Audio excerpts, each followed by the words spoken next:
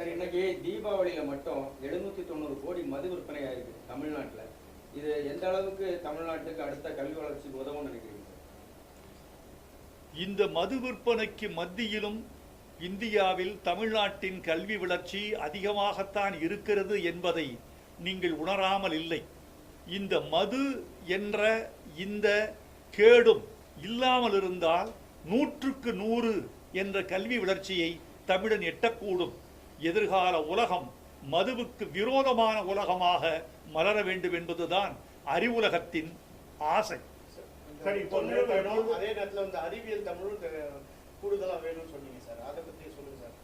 முத்தமிழும் வேணும், அதாவது இயல் இசை நாடகம். நான் அழகாக சொன்னேன், இயல் இசை நாடகம் என்ற முத்தமிழோடு அறிவுலகம் முடிந்து போவதில்லை.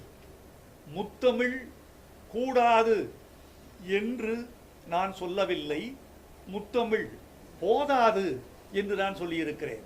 முத்தமிழோடு நின்றுவிட்டால் தமிழன் கடந்த நூற்றாண்டிலேயே கனவு கொண்டு கொண்டிருக்க வேண்டியதுதான்.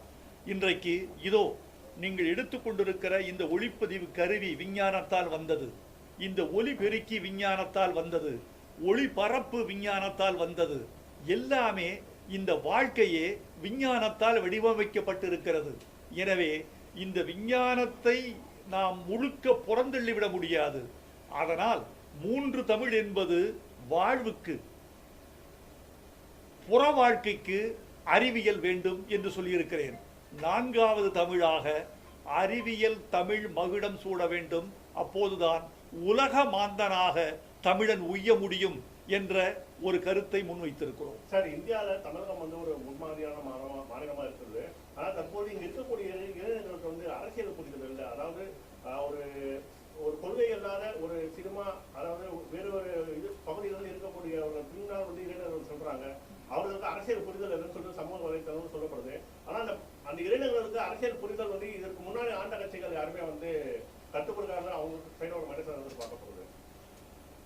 உங்களுடைய அறிவான கேள்வியை நான் ரசிக்கிறேன் தோழரே, ரொம்ப மகிழ்ச்சி. இந்த கருத்தை நான் சொல்வதற்கு ஆசைப்படுகிறேன். நம் நாட்டில் கல்வி கற்றவர்களெல்லாம் கற்றவர்களா? எழுத்தறிவு பெற்றவரெல்லாம் அறிவுள்ளவரா? சரி, எழுத்தறிவு பெற்றவனெல்லாம் வேலை வாய்ப்பு கிட்டிவிட்டதா?